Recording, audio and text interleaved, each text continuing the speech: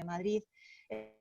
Está conmigo también Miriam Encinas, del equipo Club Cámara. Recordar que el club es un espacio empresarial orientado al networking y a dar visibilidad a las empresas a través de sus diferentes canales, tanto en redes sociales, web, newsletter, etc. Muchas gracias por acompañarnos una vez más en este jovencísimo foro Empresa Familiar creado por el club y en colaboración con la Fundación Numa, también socio de este club, socio destacado además. Es un lugar de encuentro donde el empresario familiar va a poder ampliar conocimientos específicos que le van a permitir redefinir sus estrategias para afrontar los retos de futuro. Muchas gracias también a CEIM por acompañarnos. Lo primero, recordar unos pequeños detalles que nos van a ayudar a aprovechar mejor esta sesión. Este webinar va a ser grabado, por lo que os rogamos que no activéis las cámaras para evitar distracciones y garantizar la privacidad de todos los que participáis. Lo dejaremos además a disposición de todos aquellos que deseéis volver a visualizarlo o compartirlo en nuestro canal de YouTube. Igualmente los micrófonos serán silenciados para evitar la intromisión de ruidos y por favor identificaros en el chat con nombre completo y empresa para poder reconoceros. Es muy importante teneros cerca y saber con quién estamos. Por supuesto, por último, si deseáis formular alguna pregunta, podréis realizarlo a través del chat, ¿vale? Y sin más, doy la palabra a José Ramón Sanz. José Ramón Sanz es empresario en cuarta generación, presidente del Grupo Numa y de la Fundación Numa, además presidente honorífico del Foro Empresa Familiar Club Cámara y coordinador del Comité de Actividades. Muchas gracias, José Ramón. Cuando quieras, adelante. Muchas gracias, Elena. Bueno, señoras y señores, buenos días y gracias por su presencia online, que esto es un poco nuevo. Bien. Yo lo primero que quería dar las gracias al equipo de la Cámara y al equipo de la Fundación Numa porque realmente han hecho un trabajo rapidísimo para aprovechar la situación y que todos los empresarios pudieran tener una información real y concreta de la situación que tenemos. Y, por supuesto, dar las gracias a CEIM por colaborar con todo esto y a Jaime, pues que es un placer tenerlo en el equipo. Este webinar, pues como ha dicho Elena, se enmarca en las actividades del Foro de Empresa Familiar, que desde el Club Cámara refleja el compromiso tanto de la Cámara de Comercio como de la Fundación Numa con el crecimiento y continuidad de las empresas, de todas las empresas y especialmente las pymes, siendo la mayoría familiares. Decía Howard Hughes, que es uno de los grandes gurús de la empresa familiar, que para perdurar a través de generaciones era necesario tomar más decisiones buenas que malas. Y esto se podría complementar con otro comentario de Howard Marks, que está considerado pues, el gran gurú del private equity. Añadía que se cometían errores porque los errores los toman los humanos y nosotros porque estamos condicionados por nuestras emociones, como por ejemplo la angustia, que ahora es muy relevante, también el miedo físico, la euforia en algunos casos y también distorsionadas nuestras decisiones por el miedo mediático. También nos sugiere Howard Marks que para tomar mejores decisiones es necesario tener una buena comprensión de la realidad en la que nos encontramos.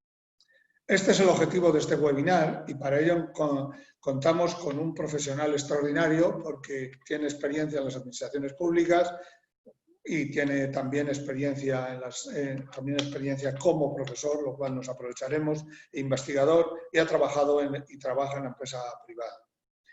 Bueno, muchas gracias José María de nuevo por estar aquí con nosotros y por tu generosidad. Bien, José María tiene un currículum extenso y extraordinario. Lo de extraordinario es porque es largo, parece mentira que con su juventud haya acumulado tanta experiencia y segundo también por sus resultados. Su formación es excelente, licenciado en Económicas, doctor en Economía por la Universidad CEU San Pablo, todo esto es máster en Finanzas por CUNEF y MBA de la Universidad Autónoma de Madrid, con unos resultados estratosféricos. Su tesis doctoral sobre sistemas de financiación regionales en el marco de la Unión Europea, el caso español, creo que es especialmente relevante en los momentos en que estamos y de lo que vamos a hablar ahora. Ha sido concejal del Ayuntamiento de Madrid, en la Comunidad de Madrid ha sido director general de Estadística, director general de Economía, Estadística e Innovación Tecnológica y viceconsejero de Hacienda y Política Económica. En síntesis, Pues como veis, tiene una formación y una experiencia extraordinarias, conoce las administraciones públicas y, repito, ha sido y es investigador, ha sido y es profesor, ha trabajado y trabaja en las empresas privadas. Bueno, José María, para terminar, pues es un lujo tenerte aquí, así que de nuevo muchas gracias y cuando quieras, a tu disposición. Muchas gracias, José Ramón. Muchas gracias por la exagerada presentación propia de un amigo y muchas gracias a todos ustedes por la invitación para poder participar en este foro. Bueno, cuando yo hablaba con José Ramón y planteábamos un poco el itinerario a seguir, trazábamos a grandes rasgos cuál era la situación económica antes del coronavirus. ¿Realmente estábamos en una situación que distaba mucho o no de entrar en una crisis económica? ¿Cuál ha sido el impacto económico que han tenido todas las duras medidas que se han llevado a cabo a lo largo de estos meses, desde mediados de marzo? ¿Qué perspectivas hay en la economía desde el punto de vista de generación de confianza, de una seguridad jurídica, de certidumbre o incertidumbre que puedan tener las empresas, las personas, en definitiva, los agentes económicos para realizar las distintas actividades que tienen que realizar o que quieren realizar? Y cómo dentro de esas perspectivas se enmarcan los fondos europeos que se han negociado recientemente en la cumbre de jefes de Estado y de Gobierno y que bueno, se ha resultado un montante de 750.000 millones de euros, de los que a España en principio le va a corresponder alrededor de 140.000 millones de euros, alrededor de 72.000, 73.000, exactamente 72.700 millones en subvenciones a fondo perdido y el resto en préstamos reembolsables con un periodo de carencia bastante importante y un plazo de devolución amplio. Entonces vamos a ver un poco a través de ese itinerario cómo impacta todo y realmente dentro de ese marco qué es lo que las personas y especialmente las empresas, que al final con su trabajo, esfuerzo, riesgo e ilusión son las que generan actividad económica para que pueda ponerse en marcha una economía. Bueno, si nosotros comenzamos a analizar cuál era la circunstancia anterior a que se desatasen las medidas adoptadas con la crisis del coronavirus, podemos más o menos situar que ya desde principios del año 2018 había ciertos síntomas de desaceleración económica. El año 2007 fue el último año de crecimiento ascendente y a partir de finales de 2017, principios de 2018, la curva empieza a aplanarse. Se seguía creciendo, pero se crecía con algo menos de vigor que anteriormente. El año 2018 se mantiene todavía con cierta fuerza, pero entramos en un periodo ya de inestabilidad económica. Todavía no se percibía mucho, pero derivado de una inestabilidad política motivada por el cambio de gobierno y la minoría que apoyaba al gobierno con un grupo parlamentario muy pequeño del propio grupo político que formó gobierno tras la moción de censura y las alianzas inestables que daban forma a ese gobierno. En consecuencia, hubo una paralización de cualquier tipo de medida económica, buena, mala o regular, pero hubo una paralización de cualquier tipo de política económica. Se siguió con los presupuestos que acababan de ser aprobados para ese año, porque como hace ya muchos años desde que se perdió, digamos, el juego de las mayorías claras, hemos entrado en una dinámica en la que las cosas no se hacen cuando se deben hacer. Me explico, los presupuestos siempre, el techo de gasto no financiero se tenía que aprobar el 30 de junio, posteriormente el 30 de septiembre había que el Consejo de Ministros tenía que aprobar el anteproyecto de ley de presupuestos generales del Estado y presentarlo en el Congreso, ¿no? En las Cortes. Bueno, pues desde que no hay una mayoría estable, todo esto de momento ha pasado a mejor vida, coloquialmente hablando, porque bueno, pues ya digo que el último presupuesto general del Estado aprobado se aprobó en el mes de mayo de 2018 para el propio 2018, cuando llevábamos ya transcurridos prácticamente 5 meses de dicho mes, y es el que sigue en vigor ahora con las prórrogas sucesivas que se han producido. Bueno, pues todo ello ligado a la devolución al Gobierno del proyecto de presupuestos en febrero de 2019 que presentó a la Cámara, motivó la convocatoria de elecciones, unas elecciones que fueron repetidas y desde entonces tampoco se ha podido conformar una cierta estabilidad. ¿Qué sucede? Que España había acumulado un importante nivel de deuda a lo largo de la última década. Habíamos pasado del 35% de deuda sobre el PIB en el año 2007 a un 70% doblado en solo 4 años, en el año 2011, y a incluso superar el 100% del PIB en el año 2016. Se había ido disminuyendo ese cociente, ese porcentaje sobre el PIB, se había dejado en el entorno del 97% por efecto del denominador, porque crecía más el Producto Interior Bruto, la actividad económica, que lo que crecía la deuda, porque deuda seguía incrementándose en valores absolutos debido a que teníamos un déficit recurrente cada año. La deuda no es más que la acumulación o el sumatorio de los déficits y de los superávit que se acumulen, con lo cual, si sigue habiendo déficit, sigue incrementándose la deuda en valores absolutos. Pero se había conseguido reducir en valores relativos al PIB por crecimiento del Producto Interior Bruto. Bien, ¿qué sucede? Que debido a la convocatoria electoral anticipada en febrero de 2019, para celebrar las elecciones, las primeras de ese año, en abril de ese 2019 citado, se produce una serie de medidas, lo que el gobierno dio en llamar viernes sociales, en el que se moviliza más o menos un gasto estructural, es decir, que va a quedar en el tiempo, de casi 10.000 millones de euros. Relativamente con los presupuestos generales del Estado no es que sea una cantidad desorbitada, pero sí que es una cantidad que supone una china más en el camino, una china más en el zapato, cuando arrastramos una losa de deuda de prácticamente 100 puntos de nuestra capacidad económica, de nuestra actividad económica. ¿Qué sucede? Que en lugar de haber sido un poco más cautos y haber reducido el gasto, tanto en ese momento como incluso en ejercicios de gobiernos anteriores, y haber aprovechado esa austeridad que sí que se inició en parte en el año 2012 con los ajustes que hubo que hacer en aquella también complicada situación económica, se relajó en el año 16-17 y vivimos una expansión del gasto. Expansión del gasto que, por cierto, también se vivió en la legislatura entre el 15 y el 19, casi en el conjunto de las administraciones públicas. No tanto los ayuntamientos, que por ley tienen la obligación de permanecer en equilibrio presupuestario y sus ingresos son más estables, menos volátiles al ciclo, caen menos en época de crisis y también crecen menos en época de bonanza, pero por parte de las comunidades autónomas todas han incrementado también el gasto otra vez de manera exponencial, con lo cual podemos tener ahí un problema importante desde el conjunto de las administraciones públicas. Y la Administración General del Estado hizo lo propio. Nos encontramos, por tanto, con un incremento del gasto sobre unos niveles de endeudamiento ya muy abultados, y eso quiere decir que nos deja sin margen de maniobra para afrontar futuras crisis. Si en la anterior pasamos del 35% del Producto Interior Bruto al 100%, ahora ese margen no va a existir, o no va a existir, digamos, dejando a nuestra economía con unas garantías de solvencia adecuadas.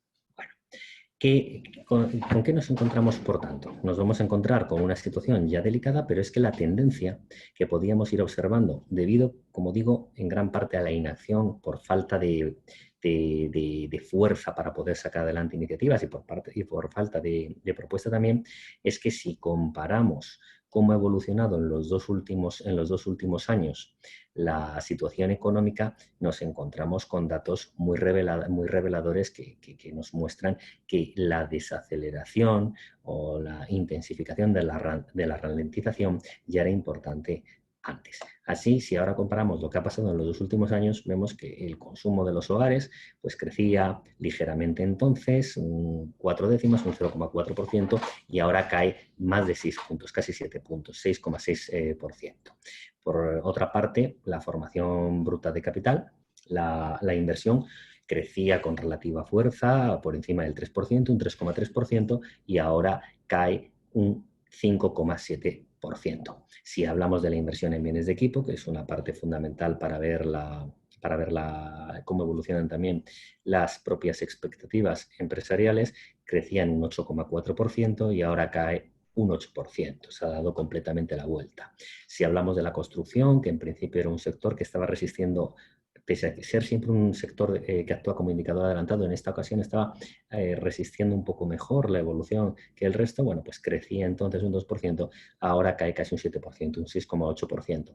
Si hablamos del comercio, que también, digamos, toma bastante bien el pulso a la actitud y las posibilidades de los agentes económicos, crecía prácticamente un punto y ahora cae más de 11 puntos. Si hablamos del índice de producción industrial, bueno, pues es que se ha deteriorado en casi 27 puntos respecto a hace 2 años, en 45 puntos la cifra de negocios de la industria, el sector servicios se ha deteriorado en 41 puntos y el comercio minorista en casi 18 puntos.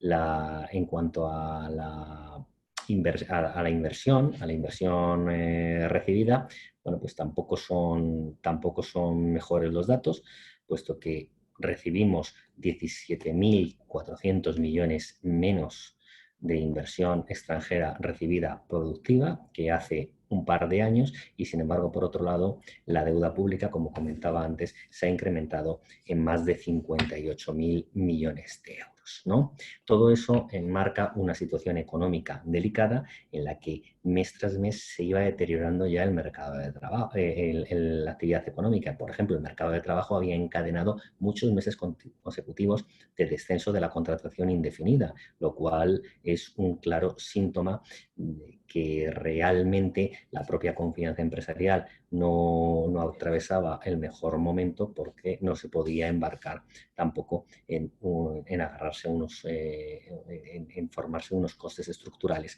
que le impidiesen poder tener capacidad de maniobra. Bien, ¿esto qué nos deja? Nos deja, por tanto, una situación económica muy preocupante, pero que ya se iniciaba en el pasado. ¿Qué sucede? Que toda esa situación es verdad que se ha visto agravada en el último tramo. ¿Debido a qué? Debido a las duras medidas de cierre productivo que se decretaron en marzo. Esas medidas, ¿por qué se decretaron de manera tan dura? Porque ya fue la última solución, el último punto al que agarrarse después de haber estado posiblemente desaprovechando 2 meses y medio. Como decía José Ramón, el coronavirus se llama COVID-19 porque surge o se tiene noticia de él en el año 19, a finales del 19 posiblemente, pero en cualquier caso con cierto margen de maniobra. En China se sabía ya lo que pasaba a principios de enero y no se tomó ninguna medida al respecto. Posiblemente un cierre de fronteras con China, aunque hubiese tenido cierto impacto económico, siempre habría sido menor que tener que cerrar la capacidad productiva antes. Con eso y con alguna otra medida suave, se podría haber contenido posiblemente la expansión del virus y no habría colapsado los servicios sanitarios que, como antes comentaba cuando estábamos charlando, antes de iniciar la sesión, es lo que realmente, a mi juicio, ha provocado un descenso, un incremento muy importante del número de fallecimientos y, por tanto, un lógico pánico en el conjunto de la población, que es lo que está retrayendo ahora mismo, el que las personas retomen su actividad, junto con posiblemente ahora una sobreactuación por exceso para compensar la falta de actuación por defecto que tuvieron en el pasado las administraciones, y que está generando un entorno muy complicado para el desarrollo empresarial, para el desarrollo laboral y para el desarrollo, en definitiva, económico de toda nuestra economía, de todo nuestro país. Entonces, ¿qué sucede? Que con esas medidas tan duras en las que se llegó a parar prácticamente toda la capacidad productiva durante gran parte de estos últimos meses, 2 semanas de manera casi completa, pero en general durante gran parte de esto que se han dado a llamar confinamiento, que al fin y al cabo el confinamiento es una cosa distinta, ¿no? Realmente esto era un encierro decretado domiciliario, ¿no? Bueno, pues eso lo que ha provocado es una contracción económica sin precedentes, que el mayor exponente lo veremos el viernes, cuando el Instituto Nacional de Estadística publique los datos del segundo trimestre. De momento hemos tenido solo los datos del primer trimestre, con una caída del entorno del 5% intertrimestral, pero recordemos que de ese primer trimestre solo está recogiendo de cierre productivo 15 días, 16, 17 días desde que se decreta el estado de alarma. Pero como ya veníamos arrastrando una situación en la que se iba ralentizando cada vez más la economía sin aplicar ninguna nueva reforma, encontró con un con un mínimo contratiempo, en principio pues, se encontró ese recorrido de descenso de una manera mucho más impactante. Esto recordemos muy bien cuando en el año 2007 e incluso 2006 muchos indicadores mostraban ya el cese del periodo alcista. Yo recuerdo que la construcción marcó su máximo en junio de 2006 y efectivamente lanzó claras señales de que iba a ir deteriorándose la actividad económica. No se hizo nada, pero ante algo como fue la crisis de las hipotecas de basura en agosto de 2007, desencadenó toda una crisis de confianza que terminó derivando en una importante crisis económica. Bueno, pues ahora la crisis del coronavirus, obviamente cerrar toda la economía tiene un impacto tremendo en la evolución de la actividad económica y del empleo, pero además encontró terreno abonado porque ya estábamos en un momento en el que descendía de manera bastante importante ese crecimiento económico. Por tanto, decía que nos sitúan unas previsiones de caída del PIB muy preocupantes. ¿Por dónde vamos a estar? Es difícil decirlo. Yo comentaba antes que vamos a tener que esperar posiblemente a finales de octubre, a que pase todo el mes de octubre, para ver realmente, una vez transcurrido el verano, una vez ya que ha pasado, pues ha pasado septiembre, ha pasado octubre, han pasado 2 meses ya entrados en el otoño, ¿cuántas empresas han quedado en pie? Yo creo que uno de los grandes problemas que hemos tenido además cuando se decretó el cierre productivo es que muy pocas personas se han terminado de convencer de que quien sujeta la estructura económica de un país son las empresas. Y son los empresarios. No lo digo porque esté en un foro organizado por la Cámara de Comercio ni por una organización empresarial, sino porque es que es la realidad. Cualquiera que sepa, primero va la actividad económica y después va el empleo. Y después el empleo puede volver a generar actividad económica, pero primero siempre tiene que haber actividad económica. Y para que haya actividad económica tiene que haber una idea, una ilusión, un proyecto. Y esa idea, esa ilusión, ese proyecto y ese riesgo que hay que asumir para ello, lo asume siempre un empresario o unos empresarios o un conjunto de empresarios. Pues bien, si nosotros por decreto paralizamos la actividad empresarial, no solo es que es de justicia sostener a esas empresas, porque no las ha expulsado el mercado, las ha expulsado una intervención pública, publicada en el boletín oficial.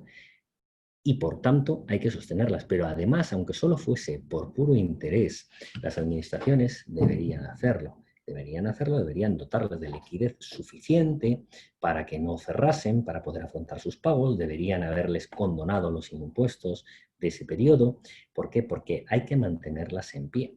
Porque si no se las mantiene en pie, se van a gastar lo mismo y más después en prestaciones por desempleo, lo mismo más en la caída de recaudación que va a haber tanto por IRPF por los empleados que ya no van a ser empleados y por tanto la tributación va a ser muy inferior, como por los impuestos de sociedades que van a dejar de recaudar, como por las cotizaciones a la seguridad social. Y además, si mantenemos las empresas en pie, es mucho más fácil retornar mucho más rápidamente a un estado de la economía previo que la situación a la que podemos enfrentarnos si caen muchas empresas. Por eso, cuando pase octubre veremos realmente cómo estará esa situación. ¿Por qué? Porque realmente yo particularmente creo que el gobierno no empezó mal cuando anunció los 100.000 millones en avales del ICO. Creo que se quedó algo corto, creo que tendría que haber seguido el ejemplo del Reino Unido, que siempre dejó claro cuando puso sobre la mesa 300.000 millones de libras que si era necesario incrementar esa cantidad se haría. Aquí nunca se dijo eso.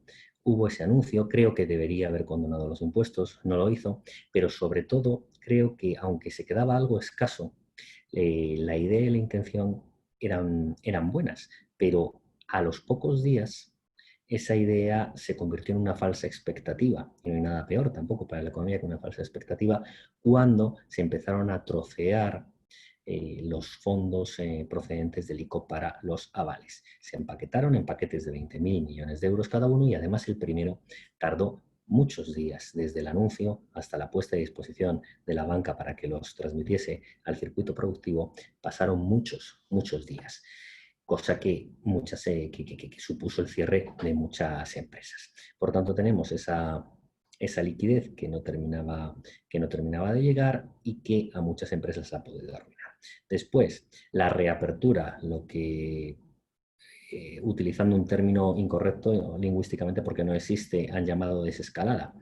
Bueno, pues se ha producido de una manera, a mi juicio, primero muy lenta y segundo muy parcial, con una serie de restricciones que a muchas empresas no les cuadraban los números para poder abrir.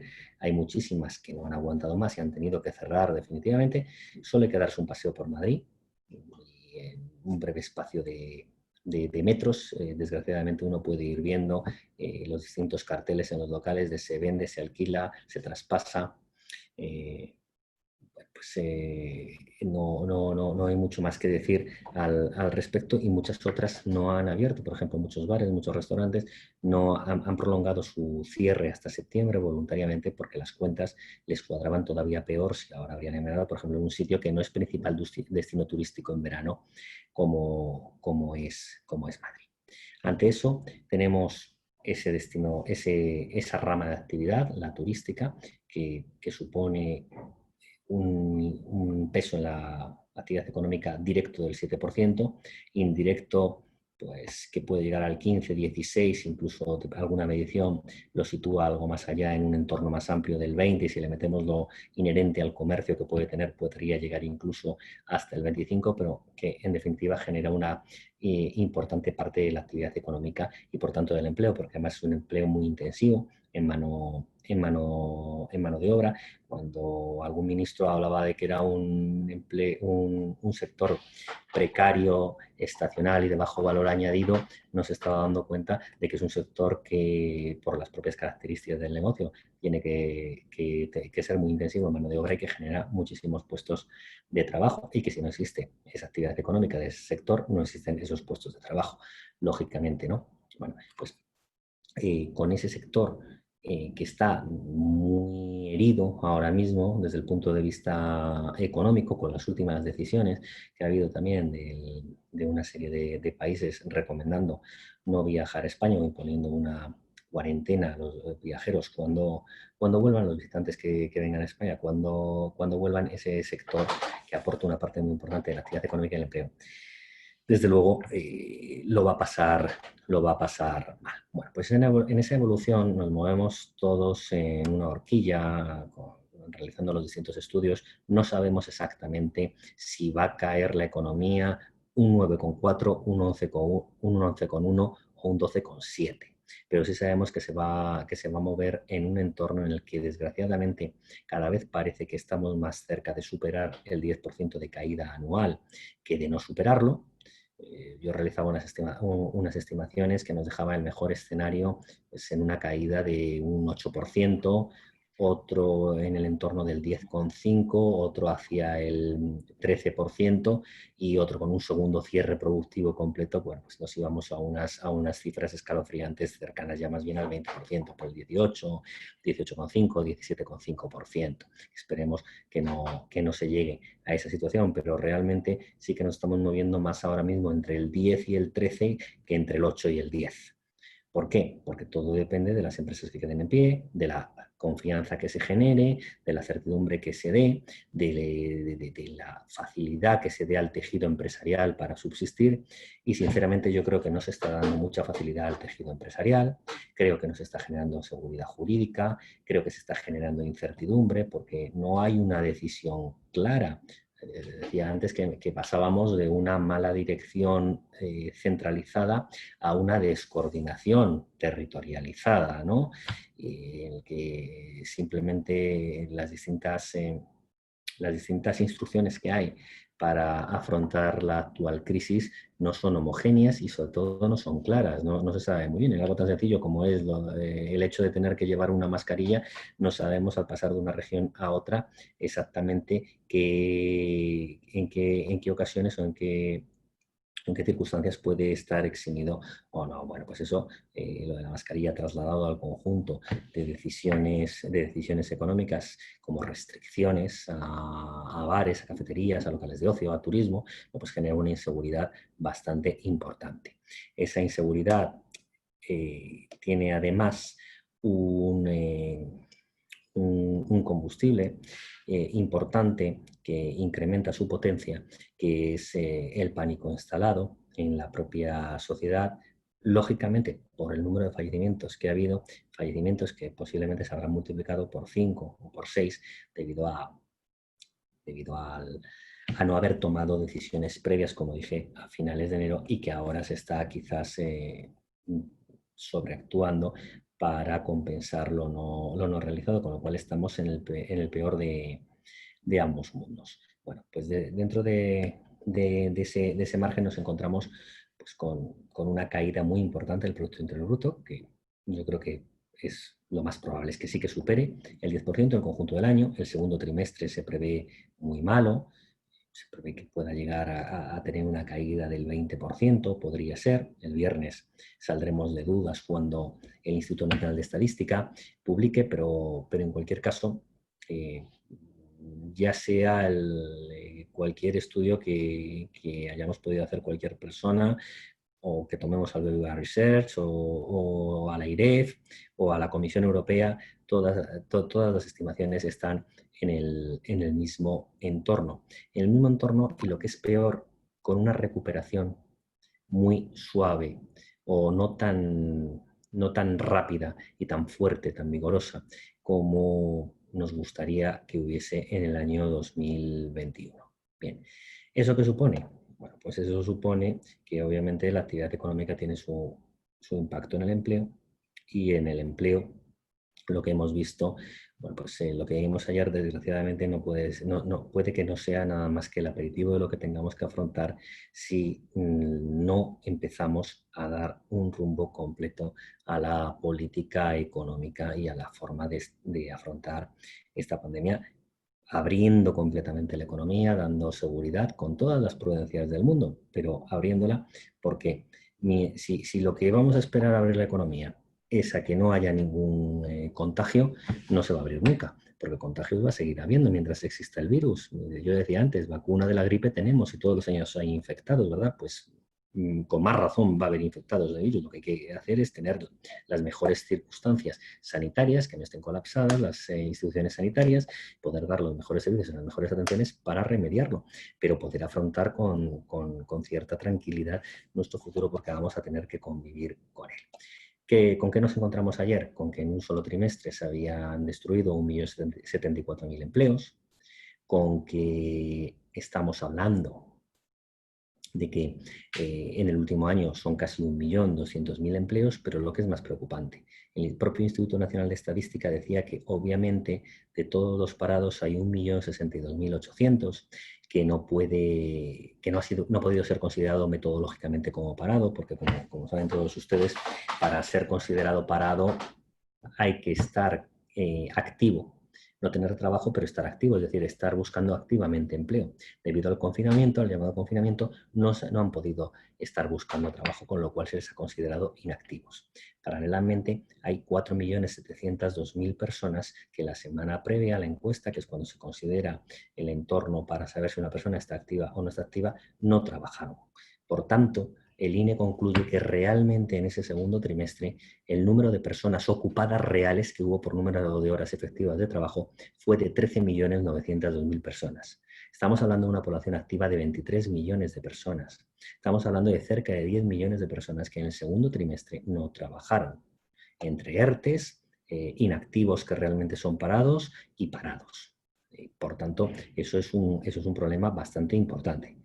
Es obvio que muchas de las personas incursas en ERTES han salido ya y que están saliendo. Eso es lógico y así tiene que ser. Pero no sabemos, primero, cuántos realmente van a terminar definitivamente engrosando las listas del paro de los que todavía están en ERTES, y cuántos de los que han salido, si no se han tomado las medidas adecuadas para poder seguir con la actividad económica, para que la empresa se mantenga en pie, van a verse abocados después de unos meses al cierre. Con eso nos encontramos con la peor evolución trimestral de ocupados de toda la serie y con la peor evolución interanual de ocupados desde la crisis del año 2009, que se redujo algo más el número de ocupados. Estamos hablando, por tanto, con esos datos que daba el Instituto Nacional de Estadística, de solo 13.900.000 personas trabajando realmente en horas efectivas en el segundo trimestre. Estamos queriendo decir que realmente casi 4 de cada 10 españoles que querían trabajar no trabajaban en el segundo trimestre. Estaríamos hablando de una tasa de paro, añadiendo todas estas personas que no trabajaban, del 39,66%. Es obvio, como digo, que va a descender. Pero es obvio también que tenemos que ser mucho más cuidadosos en la caída de la actividad económica, porque la economía española adolece siempre de un mal, que es una productividad mucho más baja. ¿Eso qué quiere decir? Quiere decir que cuando la economía crece mucho, con muy poquito incremento de crecimiento, enseguida se genera empleo en España, pero en cuanto cae un poco, con una caída pequeña, enseguida se destruye empleo. Por eso estamos mucho más expuestos que el resto de los países de nuestro entorno, que el resto de países occidentales. O sea, siempre, en muchas ocasiones se escucha decir que la economía española, hasta que no crece por encima del 2%, no genera empleo. No, eso ni es cierto ni es falso, depende de en qué sector. Hay sectores muy productivos en los que la productividad es tan elevada que se requiere un crecimiento muy superior, tanto para crear empleo como para destruir empleo, y sectores de una menor cualificación, mucho más intensivos en mano de obra y con una productividad, por tanto, mucho más baja, una productividad tanto del trabajo como total de los factores más baja, que requieren una productividad, que requieren un crecimiento menor, tanto para crear empleo como para destruir empleo en caso de caída de esa actividad económica. Y eso, en términos globales, la productividad de la economía española es mucho más baja que la del resto de los países comparables. Si observamos a datos de mayo, porque no había publicado todavía Eurostat los datos de junio, que sí que conocimos en España ayer con la EPA, la tasa de paro de España anterior a la de ayer era del 14,5%, sin contabilizar, como digo, tampoco las personas incursas en ERTES del primer trimestre en ese caso. Pero esa propia tasa de España del 14,5%, con cualquiera que la comparemos de los países más relevantes, nos encontramos con que el conjunto de la eurozona tiene un 7,4%, que la Unión Europea tiene un 6,7%, si hablamos de Alemania es un 3,9% de tasa de paro, Italia un 7,8%, Francia un 8,1%, Austria un 5,4% u Holanda un 3,6%, por decir algunos de los países, con lo cual tenemos un problema bastante importante. Y estamos sin margen de maniobra, como decíamos antes, porque el déficit de deuda se ha ido incrementando de manera bastante clara. ¿Por qué? Pues nos hemos quedado sin ese margen de maniobra, como decía, porque nos hemos empeñado también en seguir incrementando cada vez más el gasto de manera estructural sobre la base de un crecimiento de ingresos coyunturales. ¿Qué sucede? Que cuando el ciclo económico deja de crecer, los ingresos se van porque son coyunturales en buena parte y el gasto, sin embargo, al haber sido estructural en su mayor proporción, se queda, con lo cual la diferencia, el agujero de saldo presupuestario en forma de déficit se agranda. Si pasamos de un objetivo que habíamos negociado con Bruselas para el año 2019, el año anterior, del 1,3% de déficit sobre el Producto Interior Bruto, al haber cambiado el gobierno se cifró en el 2%, y al cierre en ejecución se ha corroborado un 2,82%, después además de una corrección que Eurostat le hizo al gobierno español del 2,64 al 2,82%, que es poco, pero que, bueno, que tampoco contribuye a generar confianza en nuestros socios europeos. Pues esos son 18.273 millones más de déficit y 18.273 millones más de deuda, que contribuyen a incrementar esa losa que tenemos de dejarnos sin capacidad de maniobra. ¿Eso qué quiere decir? Que si nosotros habíamos pasado en el cierre de 2008 de una deuda sobre el PIB del 97,6% y se había logrado en el 19 ir doblando un poquito el endeudamiento y tener un 95,5% al cierre del 19, nos encontramos con que ahora, con los últimos datos de mayo, que son los últimos publicados por Banco de España, la deuda pública española está ya en el 112,35%. En los últimos 2 años se ha incrementado la deuda pública en 100.000 millones de euros.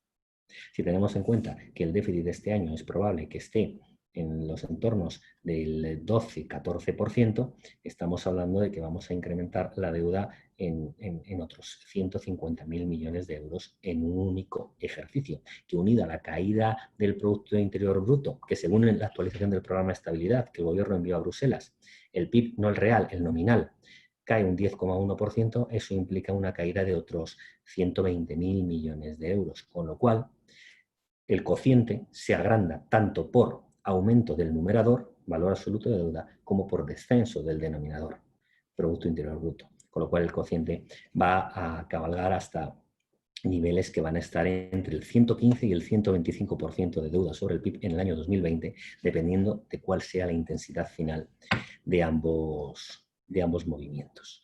Bueno, esto nos deja, lógicamente, en un entorno bastante complicado y con una política económica que hay que reformar. No sirve la actualización del plan de estabilidad enviado a Bruselas el 30 de abril, donde se contempla un incremento del gasto de 54.765 millones de euros. ¿Por qué? Porque simplemente por estabilizadores automáticos mucha parte de ese gasto se va a quedar, con lo cual habrá que ajustar de otras partidas, porque es inviable que el gasto pueda aumentar tanto con una caída de los ingresos estimada de 25.000 millones de euros, pero que realmente puede ser relativamente optimista que solo sea una caída de 25.000 millones. Se está estimando una caída del IRPF del 2%. Bueno, es cierto que puede salvar un poco la recaudación del IRPF, que la liquidación de este año es la del año 2019 y por tanto algo se puede sujetar, pero aún así lo más probable es que caiga algo más, que sociedades caigan mucho más y el impuesto sobre el valor añadido se pueda desplomar de una manera bastante importante. Con ello, ¿qué decimos? Pues que lo que decimos es que realmente estamos dejando sin capacidad de maniobra al sector privado. El sector público va a superar el 50% del peso sobre el PIB, del peso sobre toda la actividad económica, y eso deja un escaso recorrido al propio sector empresarial, que entre otras muchas cuestiones, con las restricciones y demás problemas se va a enfrentar también al conocido efecto expulsión que siempre se puede dar, que siempre está pendiente cuando hablamos de un incremento del gasto público tan importante. Bueno, con ese panorama entramos en la última esperanza que ha tenido el Gobierno de la Nación para intentar reflotar la economía, que es la negociación de los fondos europeos. Hay distintos programas, se implantó rápidamente el SURE, ¿no? por el acrónimo del término seguridad en inglés. Bueno, lo que sucede es que eso no dejan de ser préstamos. No dejan de ser préstamos que pueden venir a los distintos países para compensar los pagos por mecanismos semejantes a los ERTES que tenemos en España, dado en principio con 100.000 millones de euros, y también hay un fondo para recapitalizar empresas y poder entrar en el capital de empresas que se encuentren en dificultades. Ese fondo, aunque la Unión Europea ha establecido un máximo de 7 años para poder salir de las empresas, 7 años y medio, no deja de ser en cierta manera preocupante que al final se busque la salvaguarda del Estado con las empresas, porque puede dar pie a ciertas nacionalizaciones que no sean muy convenientes para las propias estructuras económicas de cada uno de los países. Pero eso no dejan de ser al final préstamos para poder afrontar esas necesidades. Es obvio que está también el MEDE, el mecanismo de estabilidad, que es lo que se ha conocido hasta ahora como un rescate, con una serie de condiciones muy serias para poder estructurar convenientemente una economía que pase por dificultades. Y luego están los fondos que se han puesto ahora mismo sobre la mesa, el llamado mecanismo de rescate y resiliencia, término bastante bastante mejorable, pero que al final es por donde nos vamos a mover, ¿no? Está dotado los fondos no reembolsables de 360.000 millones de euros, de los que 312.500 millones van en ese mecanismo que he comentado, que son a fondo perdido, y 390.000 millones de euros que podría ir en formato préstamo, con una carencia hasta el año 2028 y después un periodo de evolución de 30 años. ¿Qué sucede? Que para empezar se ha cambiado la composición de ese fondo. Iban a ser 500.000 millones y 250.000, 500.000 a fondo perdido, 250.000 en préstamos, y se han cambiado a 360.000 y 390.000 respectivamente. Con lo cual ya hay un primer cambio que indica que obviamente no puede ser gratis esto. Y en segundo lugar va a haber una serie de condiciones muy importantes. Esas condiciones yo no las veo como un problema, sino las veo como una oportunidad, porque realmente lo que van a velar al final es porque el dinero, que a veces nos olvidamos de que sale del mismo sitio, que es decir, de los contribuyentes, de los ciudadanos, se va a velar porque se utilice bien. Luego ya veremos a ver realmente el grado de exigencia o no que terminan los funcionarios de Bruselas por imponer en el seguimiento, pero en principio debería llevarse a cabo un control bastante importante, y lo que va a obligar es a cambiar la política económica. Es una buena noticia para las empresas que no se va a poder derogar la reforma laboral. En todo caso, si se toca, tendrá que ir en el camino de una mayor flexibilización. Y por otra parte, en principio no deberían poder hacerse ningún otro tipo de ocurrencia o locura o populismo, y aplicar volver una política económica ortodoxa, donde van a tener que ajustar el gasto para llevar a esa estabilidad presupuestaria.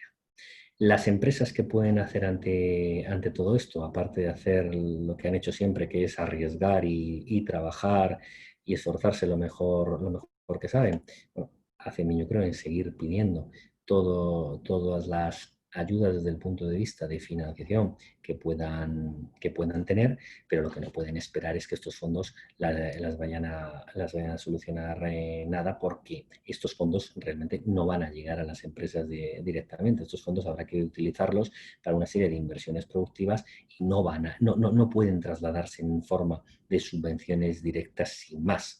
Si hay una participación en un determinado proyecto, podrán llegar fondos, pero no de otra manera. Lo que necesitan las empresas es reclamar y dejar claro cada vez más al gobierno, cada vez que la patronal se siente a hablar con ellos, que lo que se necesita es un terreno de juego despejado en el que las empresas le dejen hacer lo que saben, que es producir, invertir y generar riqueza y empleo, y que no les pongan muchas trabas. Con esto voy a concluir. ¿Qué horizonte económico tenemos? Bueno, pues tenemos un horizonte económico ahora mismo difuso.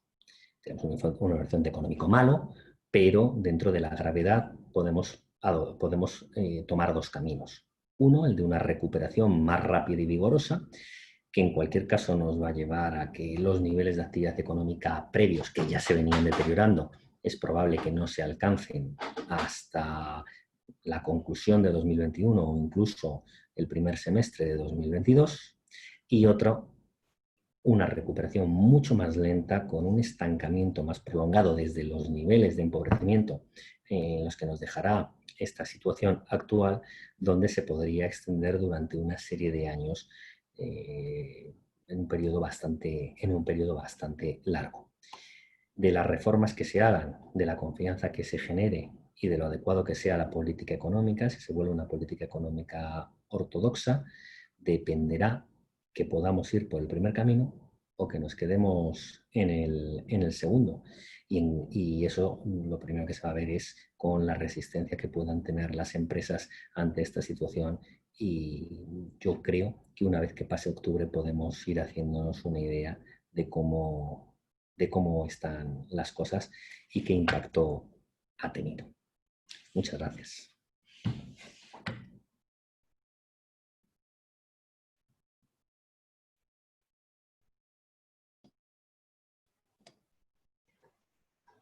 Muchas gracias, José María. Bueno, tenemos algunas de las preguntas que se han formulado.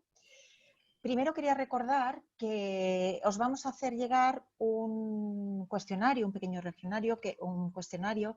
Os rogamos que nos ayudéis a mejorar a través de él para construir este foro y que podamos ir en la dirección adecuada. Va a salir en unos minutitos, os saltará el cuestionario. Y a continuación vamos a ir formulando las preguntas. A ver, una de las que nos traslada. ¿Podría indicarnos cuál es su mejor estimación sobre cuándo y de qué forma pueden acabar llegando estas ayudas a la recapitalización de empresas o para los ERTEs a las empresas? Bueno, vamos a ver.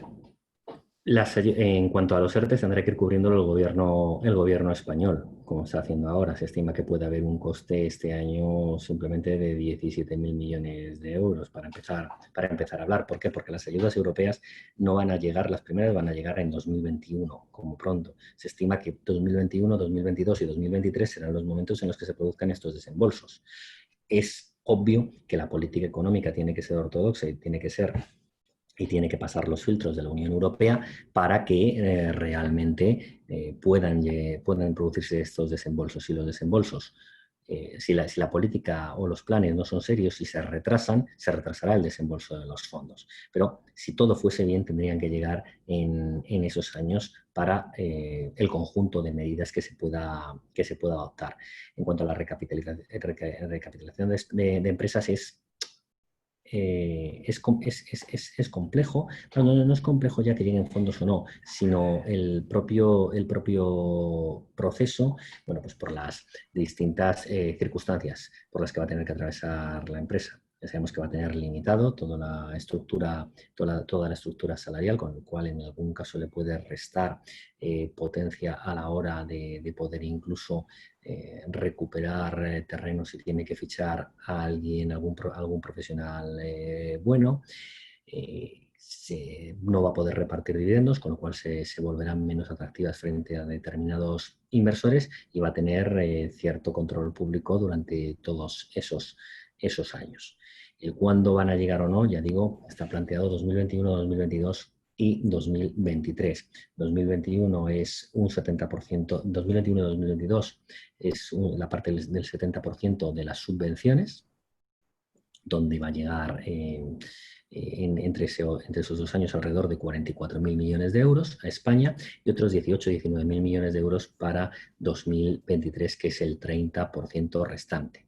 La primera parte se ha distribuido por población, desempleo y pérdida de actividad económica, y la segunda por población y pérdida de actividad económica. Luego está la parte de los préstamos, y los préstamos, lo único es que bueno, pues, hay que devolverlos, y eso es el gobierno español al final que tiene que solicitarlos o no, dependiendo de que realmente tenga esos proyectos. Hombre, es un endeudamiento bastante barato en estos momentos y con unas condiciones de devolución buenas, pero no deja de ser un endeudamiento muy importante. Una de las asistentes le gustaría conocer tu opinión sobre las condiciones de reformas estructurales propuestas por la Unión Europea en contrapartida a la ayuda económica a España y en concreto a la reducción al exceso de funcionariado público administrativo frente al número de médicos en España por cada 1.000 habitantes. Traslada que hay más funcionarios públicos que médicos y enfermeros. Bueno, vamos a ver, la Unión Europea todavía no ha dicho qué reformas, y realmente no va a decir qué reformas, simplemente va a analizar las propuestas del gobierno español. Otra cosa es que si nosotros no hacemos las reformas, posiblemente después nos las vengan a imponer, y entonces en lugar de reformas hablaremos de recortes en algunas áreas que a lo mejor podríamos haber evitado si hacemos previamente las cosas bien. Siempre planea solamente, en primer lugar, no van a permitir que se derogue la reforma laboral, en todo caso que se flexibilice más. Yo creo que van a poner sobre la mesa también que haya una reforma del sistema de pensiones para garantizar su viabilidad, pero es que debería haberla en cualquier caso, porque es que son matemáticas actuariales. El sistema está quebrado si no se hace nada, y por tanto para preservarlo y garantizar que se puedan cobrar esas pensiones hay que reformar el sistema. En tercer lugar, siempre se ha hablado del número de empleados públicos. Podría volverse a no reponer las plazas que se queden vacantes por jubilación y otro tipo de reducciones más importantes. Bueno, pues eso podrían venir impuestas si realmente España no toma las medidas que tiene que tomar y se viese abocada a una intervención ya clara como tuvieron Grecia y Portugal. Yo creo que España puede por sí misma salir adelante, pero hay que hacer las cosas bien. Por eso es importante hacerlos, primero para que no haya ganas de economía y segundo para que pues se puedan hacer reformas y ajustes inteligentes. Ahora bien, ¿exceso de funcionariado público administrativo? Bueno, pues probablemente haya. Ahora, compararlo con el número de médicos en España, gran parte de los médicos son funcionarios y empleados públicos. Una grandísima parte. Con lo cual también habría que evaluar el personal sanitario si se está manejando de la manera más eficiente. No ha habido... El problema que ha habido en España no es de que tengamos ni una mala sanidad ni de que haya habido recortes sanitarios. Tenemos posiblemente una de las mejores sanidades que pueda haber en el contexto internacional y en Madrid muy buena, especialmente, pero en el conjunto de España también, pero en Madrid especialmente buena. Lo que sucede que, bueno, ante una circunstancia de estas características no se puede tener una dimensión, no se puede tener una cosa sobredimensionada con unos recursos ociosos. Lo que hay que hacer es reaccionar rápidamente al principio para que no se colapse la sanidad. Eso desgraciadamente no se hizo en España y después tener la capacidad para reaccionar rápidamente. Si se pudo levantar un hospital provisional como fue el de IFEMA en 18 horas, bueno, pues lo que hay que tener es esa capacidad de reacción, no tanto tener una sobrecapacidad instalada esperando que pueda suceder algo. Si sucede hay que reaccionar rápido y solucionarlo, porque si no, lo único que tendremos al final será recursos ociosos y más gasto público.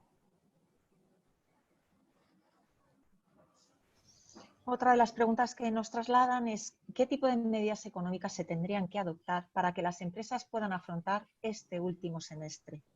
¿Vale? ¿Y qué ocurrirá con las empresas zombie? Bueno, yo lo que creo es que al final una empresa puede intentar alargar su vida de alguna manera, pero si al final la actividad económica no remonta, pues sí podrá tener una duración unos meses más, pero poco más allá. Y en cuanto a las medidas económicas, yo creo que sigue siendo necesario para una gran parte del tejido empresarial una condonación de impuestos. Al fin y al cabo, es mejor dejar de ingresar esos recursos y mantener en pie algo que te va a generar actividad económica y recursos en el futuro en forma de recaudación que el intentar recaudar ahora y contribuir al cierre de las empresas, de manera que al final tendremos pérdida de capacidad productiva, más desempleados, más pago por prestaciones por desempleo, menos ingresos por impuestos y menos ingresos por cotizaciones sociales. Con lo cual yo creo que sería poco inteligente hacerlo de esa manera y creo que hay que condonar impuestos, creo que hay que dar todas las facilidades posibles de flexibilización en todos los ámbitos a las empresas y levantar las restricciones sobre muchas de ellas. Para eso, obviamente, hay que combatir también bien en el ámbito sanitario, el acotar lo máximo posible la propagación del propio virus o poder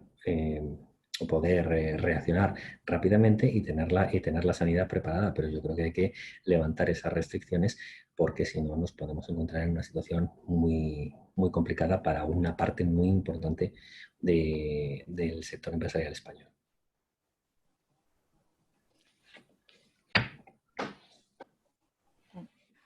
Perdón, hay una última pregunta que sí que queríamos formular, que nos dice, ¿podría indicarnos cómo han afectado estas negociaciones a los empresarios agrícolas y a las subidas a la política agraria común? ¿Se van a poder beneficiar los empresarios agrícolas de este montante de recuperación? O sea, son dos cosas distintas. Una, este fondo de recuperación es para el conjunto de la economía, con lo cual ahí podría entrar toda la actividad económica, o puede entrar toda la actividad económica siempre y cuando esté enmarcado dentro de, como digo, de unos planes que se puedan cumplir y que sean creíbles y que sean eficientes. Otra cosa es que en compensación hay una reducción del presupuesto, hay una propuesta de reducción del presupuesto de la Unión Europea con merma en los fondos destinados a la PAC, ¿no? Bueno, la PAC en muchos casos yo creo que ha sido un problema al propio desarrollo de Europa desde el punto de vista agrícola, pero también es verdad que ahora mismo quizás haya quedado una cantidad ya muy mermada como para que pueda ajustarse mucho más, pero esa reducción se iba a producir posiblemente en cualquier caso. Todos sabemos de qué viene la PAC, del proteccionismo que en su momento exigió Francia para sus agricultores y se ha ido quedando ahí, quizás cada vez de una manera menos importante, pero todavía permanece. Es obvio que han perdido dentro de lo que es esta negociación recursos en la PAC, pero también es verdad que de momento el Parlamento Europeo ha aprobado el fondo, pero ha rechazado los ajustes en el presupuesto, lo cual habrá que ver un poco qué es lo que termina por pasar. Pero probablemente terminen por sufrir esos recortes. Muy bien. Pues muchas gracias. Yo creo que si no hay más preguntas, que entiendo que no, pues sí que nos gustaría que nos ayudarais, como os comentábamos, a rellenar el cuestionario que os va a figurar ahora en la pantalla, por favor. Nos va a suponer una gran ayuda para dirigirnos hacia donde efectivamente interese más la propuesta de actuaciones y los temas de interés y cómo podríamos mejorar efectivamente en general dentro de este foro Empresa Familiar. Así que podemos dar por finalizada esta sesión y muchísimas gracias, José María. José Ramón. Un placer. Muchísimas gracias. José Ramón. No sé si está José Ramón. Ya estoy. Muchas gracias, José Ramón, que nos gustaría que nos ayudaras a cerrar esta sesión. Bueno, yo creo que sinceramente le agradezco a José María pues, el tono directo y pedagógico para que nos permita comprender mejor dónde estamos. Yo repito que un empresario tiene que asumir los riesgos, pero un empresario no puede ser imprudente y, por tanto, debe considerar todas las alternativas. Seguramente los empresarios tendremos que sacrificar parte de nuestras actividades empresariales para enfocarnos en otras, porque obviamente esta es una carrera de fondo, y especialmente en las empresas familiares que pensamos a largo plazo en términos de generaciones, o sea, 40, 60 años, pues hemos vivido muchas de estas. Yo he estado al frente de la empresa familiar durante 40 años y he vivido unas cuantas. Entonces yo creo que, bueno, esta tiene un carácter desconocido por su origen principal, pero yo creo que no es lo mismo. Así que yo te agradezco mucho, José María, que nos hayas dado un toque de realismo, que no hayas dramatizado excesivamente, porque la situación es importante y creo que, como siempre, si queremos que haya actividad económica, tiene que haber confianza y que los riesgos sean calculables, que no puede ser que nos cambien las reglas de juego cada 2 minutos. Desde luego, yo me gustaría que hubiera una moratoria fiscal general, como está pasando en algunos países, que van a reducir los impuestos en general, porque obviamente esto permitirá dará liquidez a las empresas y activará el consumo. Y por tanto, yo creo que eso sería una buena medida.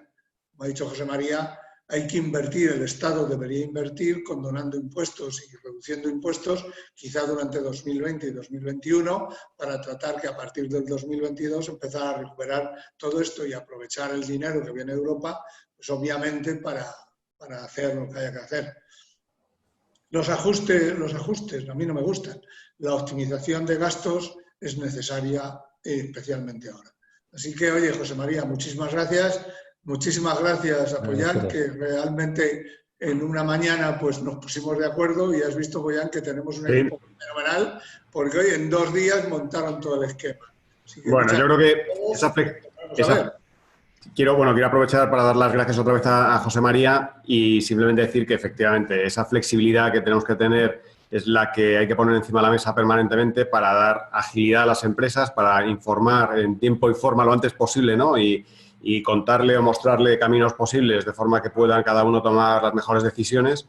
Ese es digamos que el fondo y la idea del Club Cámara, la idea del foro de empresa familiar, pues dirigirnos especialmente y específicamente a esa cantidad, ¿no?, de empresas familiares que hay en España, y que yo creo que es bueno que nos acerquemos a ellas y tratemos de darles opiniones, les ayudemos a evolucionar, a contarles las cosas un poco más claramente a veces, ¿no?, que es difícil muchas veces entender pues la cantidad de vertientes o de posibilidades que hay en el desarrollo, y ayudarles, por tanto, a tomar decisiones, las mejores decisiones que puedan tomar para que crezcan, ¿no? Y ahí pues queremos estar con vosotros desarrollando pues muchas iniciativas, muchas sesiones de este tipo, y eso, ayudando a las empresas, ¿eh? Y gracias a todos por participar, por supuesto.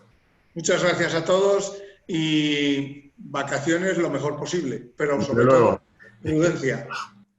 Muy bien. Muy bien. Pues muchas gracias a todos por acompañarnos y por participar, y feliz verano a todos. Gracias. Gracias, adiós. José María, hasta la próxima. Adiós, hasta la próxima. Adiós. Hasta luego. Gracias, José María.